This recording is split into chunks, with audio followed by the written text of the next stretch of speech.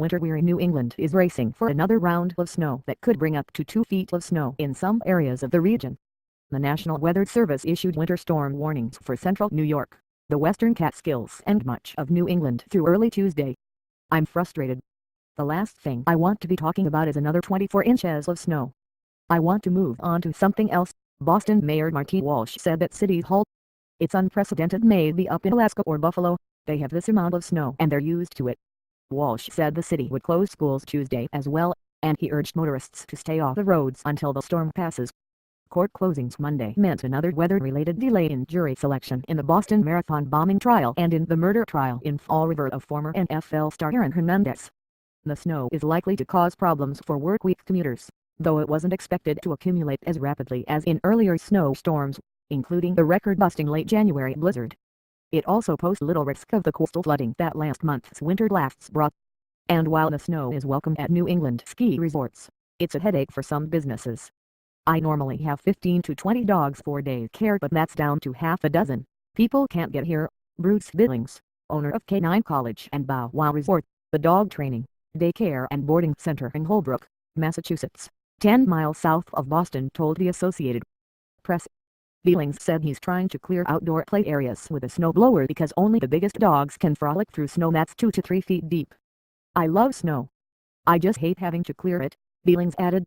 Boston's transit system, the nation's oldest, has been particularly hard hit this winter.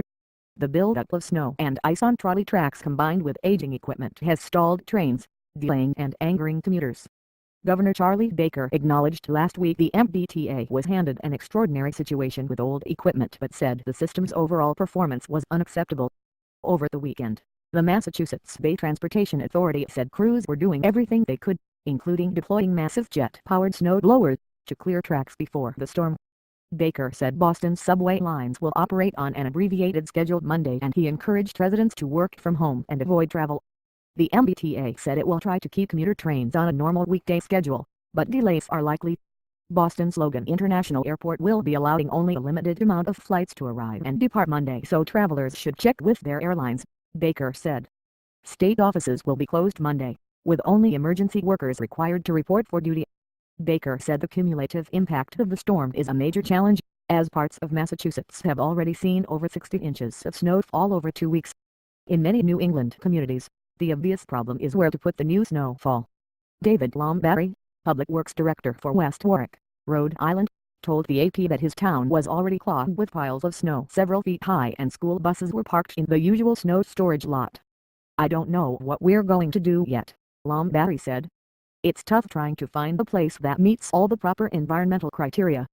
State snow disposal guidelines require that communities use locations that won't harm environmental resources and have barriers that prevent contaminants from seeping into groundwater when the snow melts." Adding insult to injury, the Massachusetts Emergency Management Agency warned that potentially record cold temperatures and wind chills are expected to move into the region later in the week. But not everyone was dreading the next blast of winter. Business was brisk at Charles Street Supply Hardware in Boston, where owner Jack Gurnon sells shovels, salt and sleds.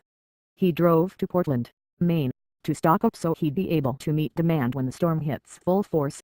"We actually have a lot of supply right now, and we're lucky because the big box stores, they're scrambling around, and I'm sitting on a whole bunch right now," Gurnon told the AP. But an increase in sales isn't all he is looking forward to. "I also love to ski, so as soon as this next mess is over with, I'm taking off and going north," he said.